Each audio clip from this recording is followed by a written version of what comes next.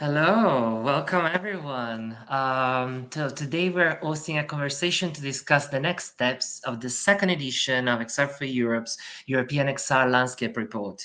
Here, Michael Barngrover, Managing Director, and I'm Federico Anselmi, Project and Community Manager, both of us executive team at XR for Europe.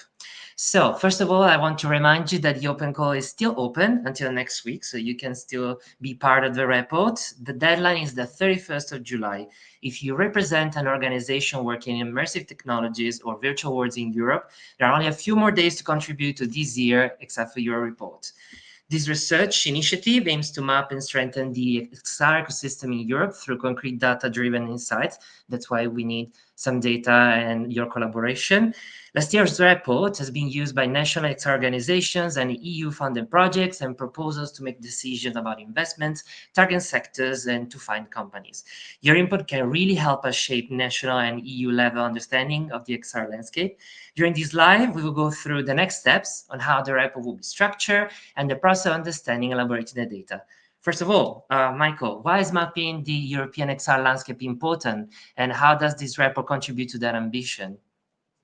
Well, thanks, Federico. Yeah, I'm very happy to talk about this. It's essential to understand what is happening, not just in certain hotspots, but really all over the continent, because Europe is obviously incredibly diverse, and that also describes the XR and the virtual worlds ecosystem. So when certain entities are making policy, like European wide policy, that policy can only be as effective as it is informed by what are the needs and the experiences of the areas they're looking to impact.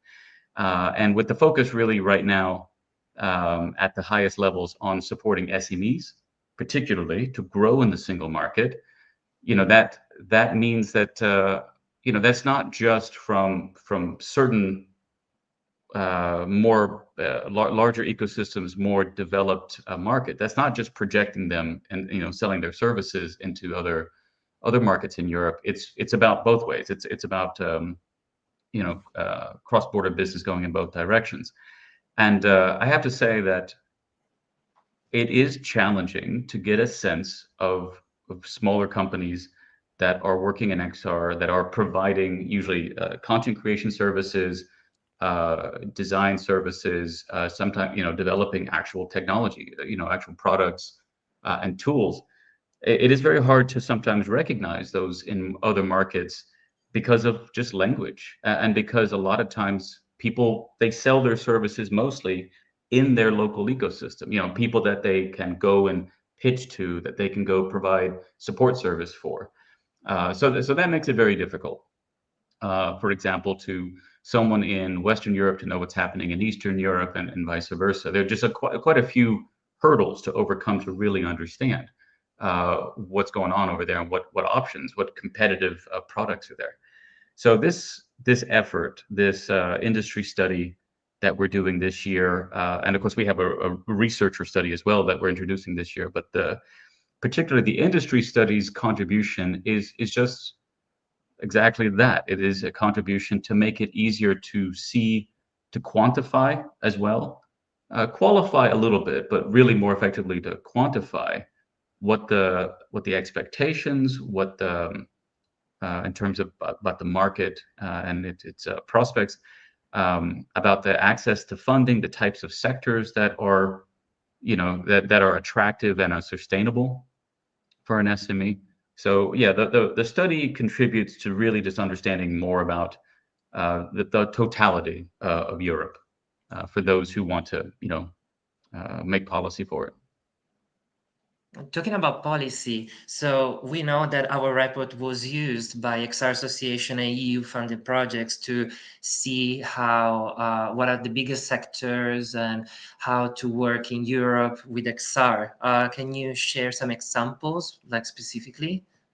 Yeah, I mean, sometimes we don't always know who reads Yeah. these studies or who gets access to it, because we made last year's edition, publicly available. Anyone can download it. So, we didn't, and maybe we should have required like a sign up, to access it. But we made it as easy to disseminate and share. And so for a long time, I know who's read it. I know our members have read it, but outside of that, it wasn't clear. But I know who commented. I know who thanked us for it, and provided some feedback on it. But more recently, particularly now with the Horizon Europe projects, it's now, I don't know, it's happened 2 or 3 times where we've either Yeah. been invited or participating in a meeting for a consortium that's forming, and it's just they're reviewing the document because the document is informing them, particularly for the Virtual World Skills Academy calls. Consortia who are following and trying to put together a proposal for that Digital Europe call. They're basically looking at what are the sectors that seem to have the greatest number of SMEs serving them, the SMEs that are most that have the highest expectations for future growth. What sectors they're in. Um, Really, it was around the sectors in those particular cases, because of course in that call, they're looking to train new skills, students and young practitioners and professionals to go into servicing certain sectors. So it was very rewarding to see it there, but definitely we've seen it in other cases where it just provided like a validation. That's a market that they want to go into because there are these types of service providers and companies in these markets. So, and that's of course one of XR for Europe's primary missions, is to facilitate and encourage cross-border business, aligning potential collaborative partners. We have heard that. And of course, it's also helped us. It's provided us, a lot of times people reach out to us for cascade funding projects within, either Horizon or an I3 project or other ones. They're looking for certain types of SMEs serving certain sectors with certain types of, either their service or their product driven. So it's been a great resource for us because then we can say, well, that's a place. Let's work with the local representative, association or cluster, or let's just do direct outreach because these are the companies, the SMEs you're looking to engage with, or to add to your consortium. So it's been a good resource for us to do our matchmaking, which again is just with Horizon Europe now and the next call of Horizon Europe expected very soon after that. This current one ends. Uh, I think, yeah, a lot of people have used it uh, for for searching for partners. Yeah. I mean, also because it's one of the few initiatives like this, and so um, I understand why it's important because there aren't many other European XR reports. And because of that, my following question is, we had also to invite a methodology. And I remember that we researched what other national reports were Mhm. like. And we also changed, though, the methodology this year a little bit. And you were mentioning that we were doing two different surveys. So what are the main methodology being used this year to gather and analyze data for the report? Yeah, I mean, just to say that there of course have been European level reports, but where we differed was on methodology, which is not to say that it was better. It was just a different approach because we were trying to achieve some different degrees of representation. There are projects that that the European Commission has funded in the past years, and they're great resources, but just because of the nature of that funding and what was expected, they tended to be very long, like sometimes 2-year projects, which introduces a real latency to the results. And sometimes a report comes out.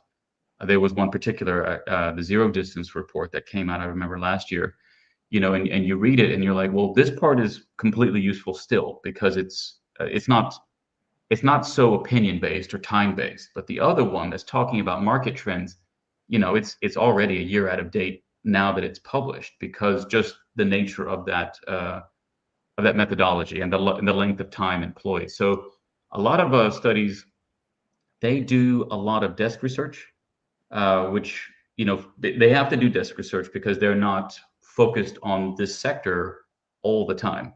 So they start from a lower level of just general situational awareness or industry contextual awareness. That fortunately, XR for Europe, we this is what we do every day in terms of trying to understand who's active. So that saves us a lot of time. We of course we do desk research, but we don't need to do as much. We do more targeted research for things. So we are able also to use, rather we've chosen to use survey based, a cross sectoral survey that's issued rather than interviews. Other studies, particularly national studies in Ireland with immersive, their studies do a lot with direct interviews, which is totally.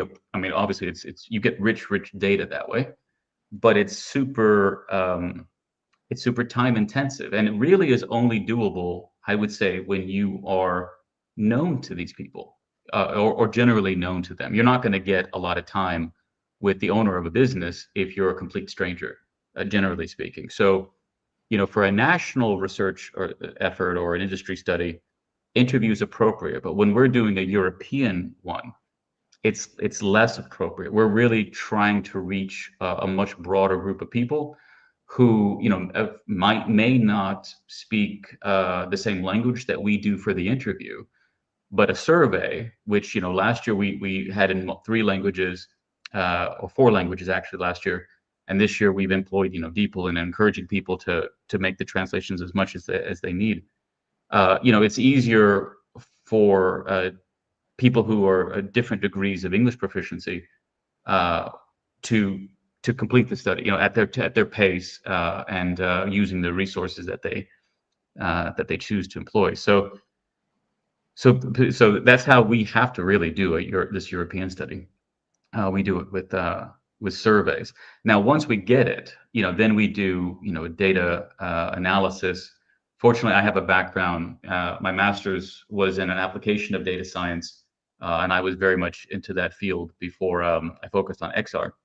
So, I've got some access to tools and know how to do some of this. But at the same time, we're not doing um, academic level research. We're really not getting into some really complicated analysis, because we're looking to answer very specific questions, and we're asking people their answers to these specific questions. So it makes it a little easier for us to do the data analysis than if we were doing like an academic study or something.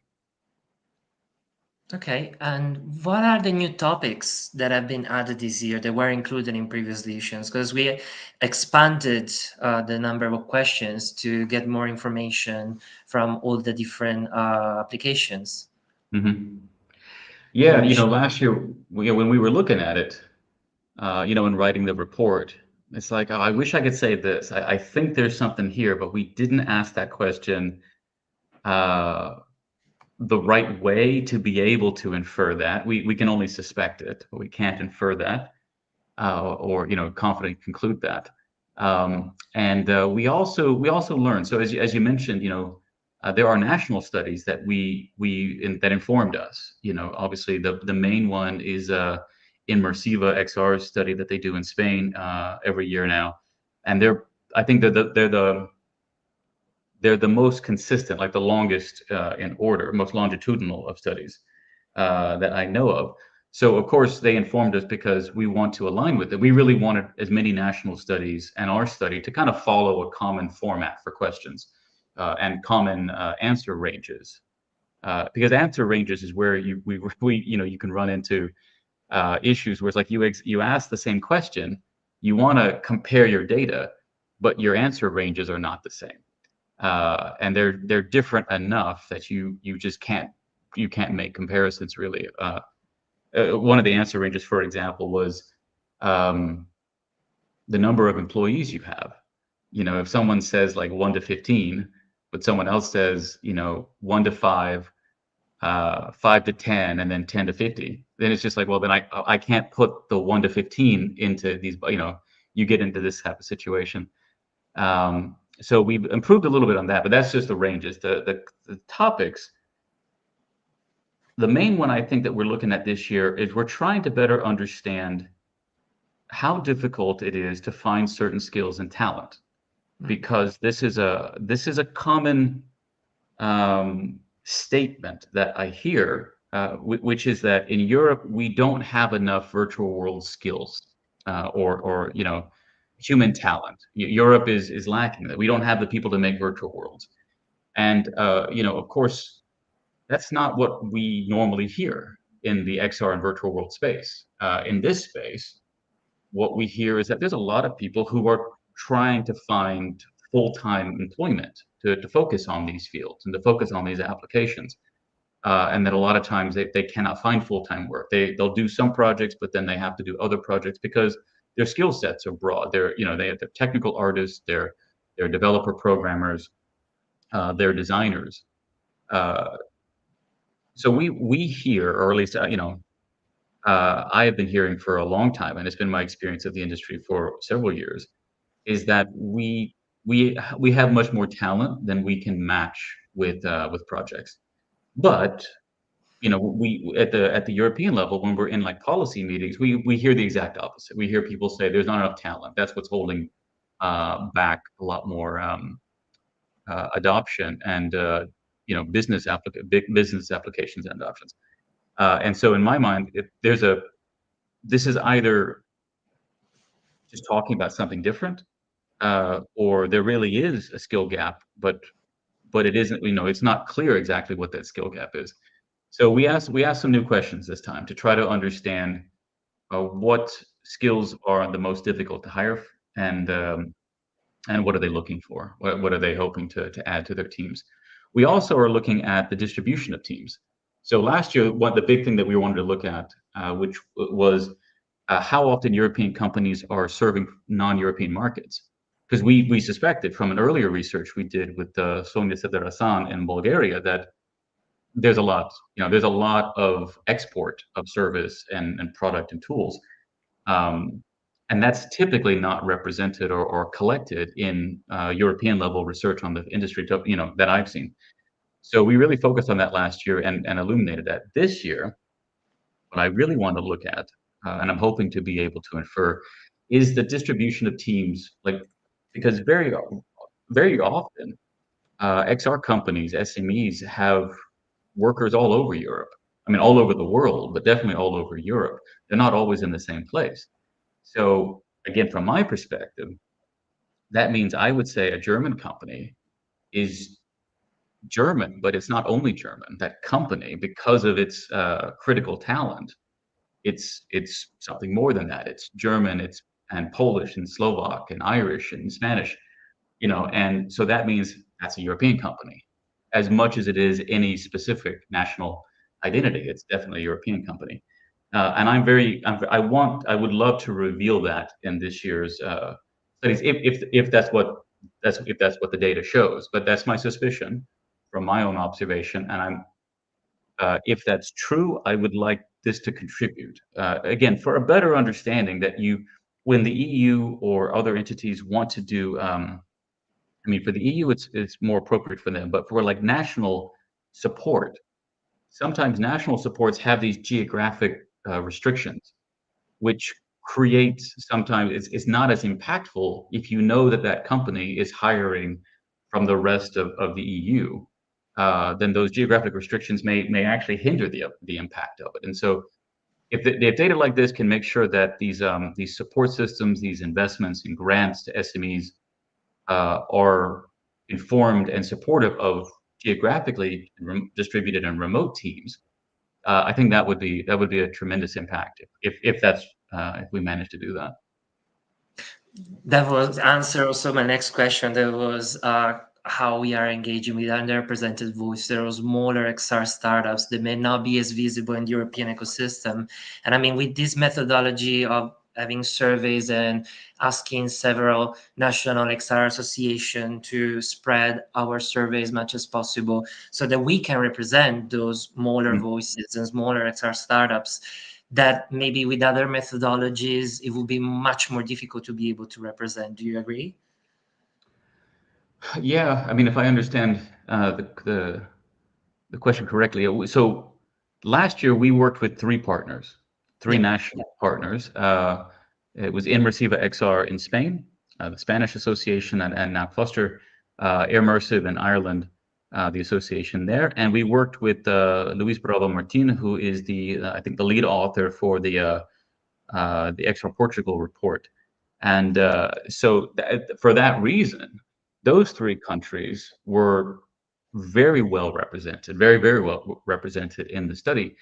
And it gave, because that gave us a deeper degree of reach and insight into those markets. So it's actually really essential that we work with both our national association members, uh, as well as other associations with whom we partner and work with, because again, we're at the EU level, so trying to project deeper into national ecosystems and communities, it's really up to our members that are there and our association members, most importantly, who can do the deeper dissemination and communication. So I can say this year we're working with a lot with, of course, again with Immersiva XR, but also working with XR Polska, which is a new community in Poland, which has done a good job to increase the representation of Poland in so far in this year's study.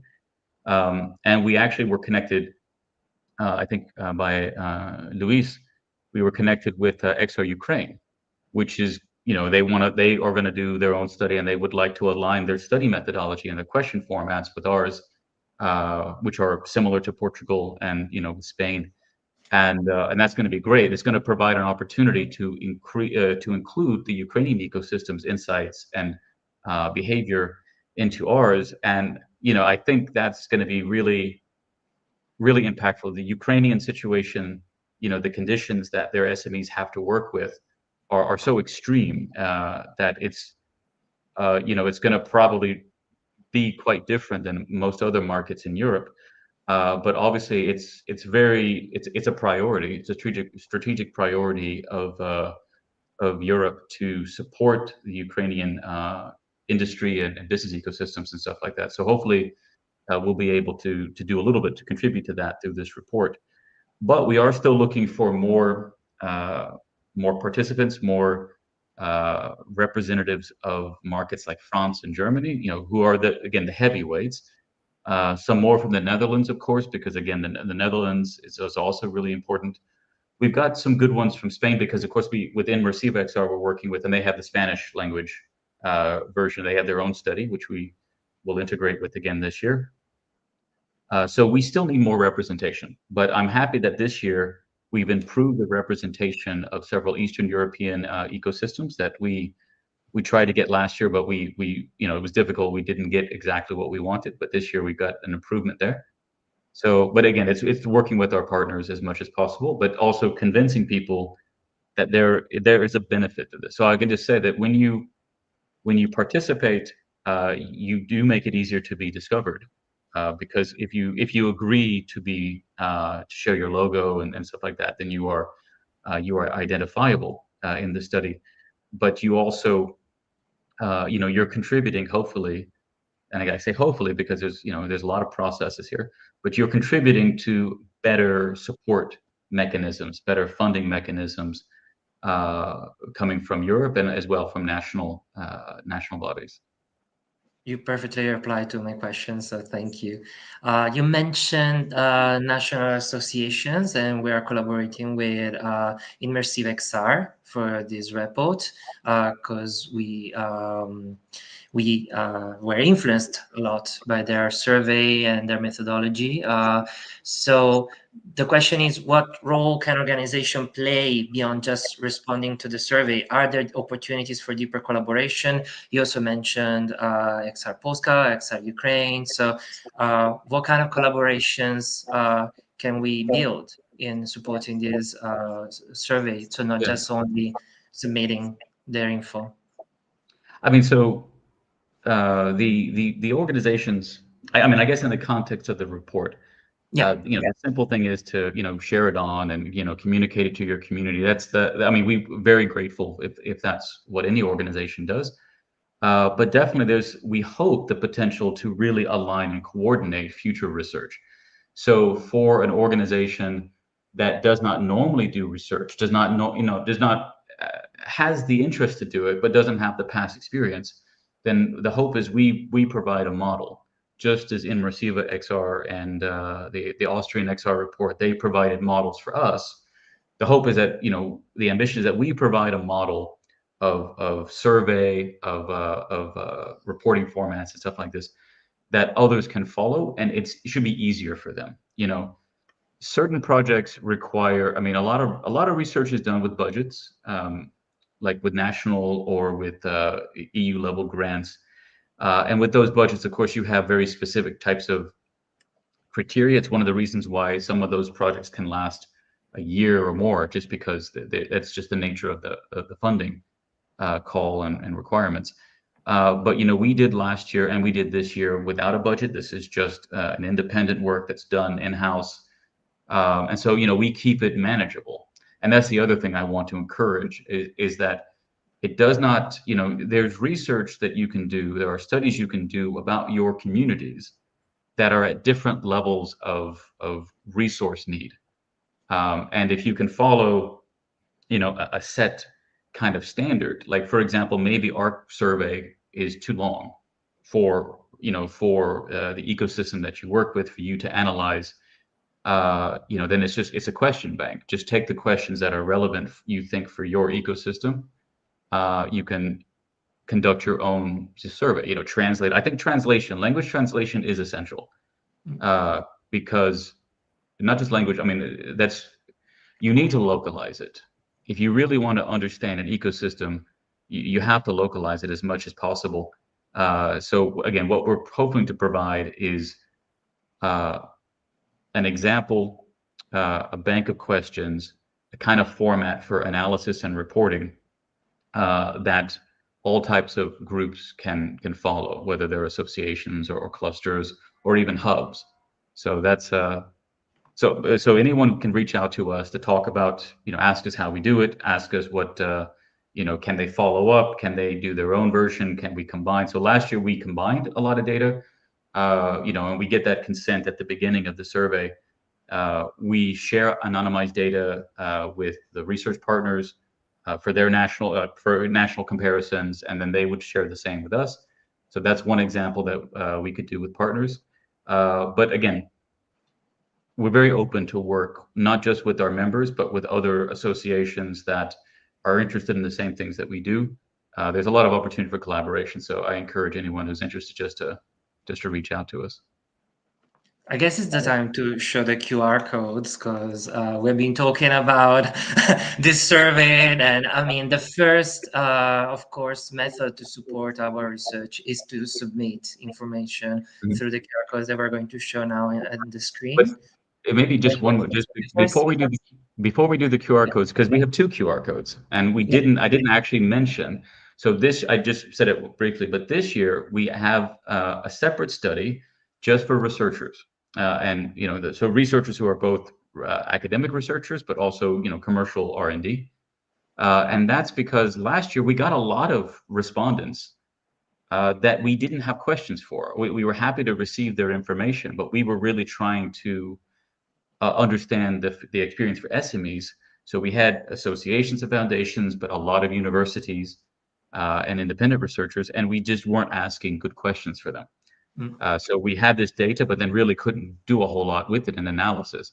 So this year we decided to create a separate one.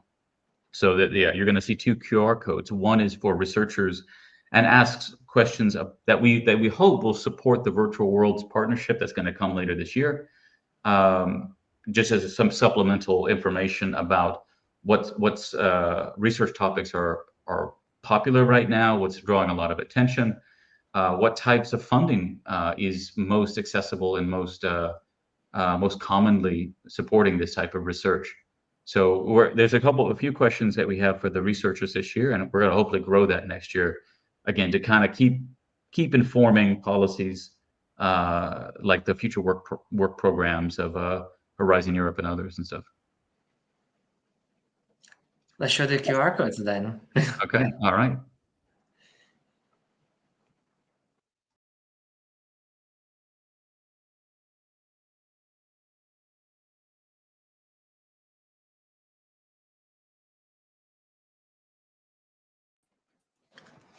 Okay. And One last question. So when can we expect the publication of the report, and where are we going to discuss the results? Is it it is planned? Everything is Yeah. planned. Uh, Everything is yeah. So we will definitely we will present the result publicly at Stereopsia. I'm saying sorry. That is a mistake. United XR. The United XR event this year in December, which is a partnership of Stereopsia and AWE Europe. That will be in Brussels, I think 8, 9, and 10 of December, if I'm not mistaken. But I think those are the dates. So we will present this research there. I hope, we'll be able to present a couple national studies as well. That again, last year we presented our study and the three partner studies from Ireland, Spain, and Portugal, and we hope again this year to be able to collectively present a few different national studies along with us. But the results, of course, will have to be, done. The analysis is done before then. Uh, the analysis we hope to be able to share with participants, with the survey respondents, as well as with XR for Europe members in October. That's the current plan. So they'll have early access for a couple months before it is presented at at United XR, and then the report itself will go public around first of the year. That first week of the year. So that means if you really want to get early eyes on it, contribute to the study, either study, become an XR for Europe member, or make sure that you attend United XR. Those are your three paths to having early access to the results. But the results eventually, in the early part of January 26th, will be published publicly. Amazing. Yeah, United Exile will take place 8, 9, 10 of December. I just checked, so everyone has the Yeah, correct I thought, dates. yeah, I need to have it tattooed because it's going to define my holiday season. Yeah. Here on the forehead. And okay, so again, we will show again the QR code one last time so that you can submit your information to support our research. Again, as Michael mentioned, the results will be shared first with our members. So please consider also becoming members. We have several packages for the memberships, and you can find everything on our website. And on our website, you can also find under the resources tab the last year report, which you can read, and it's publicly available there. And we look forward to publish this new report as well. We look forward also to work and write the report. It's going to be Yeah. hard work because everything is done by us. So it's also something that maybe we should say out loud because it's It's we're a very small organization. yeah, yeah. We're a small organization, and we're able to do this report because it's kind of falls within our natural skill, our personal skill sets from our own experience and past. Otherwise, this would probably be not feasible to do. But we're able to do it, and yeah, I think one thing we will do this year that we did not do last year is we will feature some more op-eds, some more opinion pieces, because I really didn't think about it last year. But again, learning from other reports, like the Portuguese report and in Receive XR report, it's a good way to add some additional perspectives rather than just the author's perspective on how to interpret the data or putting the data in a broader context. So that will be something that's going to add a little bit of complexity, but I think also it means maybe I can write less because other people will be writing more parts of it. And just one last thing if you go to our xrforeurope.eu on the resources page, not only will you see our report, you will see reports from our partners and our previous research. So there's a lot of goodies on there, and we're always adding more research from around the ecosystem there. So it's an important web page to have bookmarked. Yeah, you can just type Except for Europe on Google and you will find our website quite easily, but it's exceptforeurope.eu.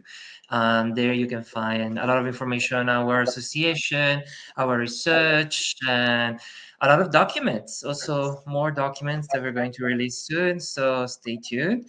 I've seen some comments. They're not questions, but there's one beautiful comment by Sonia. Thank you for everything that you're doing with us, and we appreciate that you like our new methodology for this new report. And everyone else, thank you very much. Maybe let's show the QR code one last time. And yeah, Yeah, thank and you then for we'll call it. joining us, everyone. Yeah, thank you.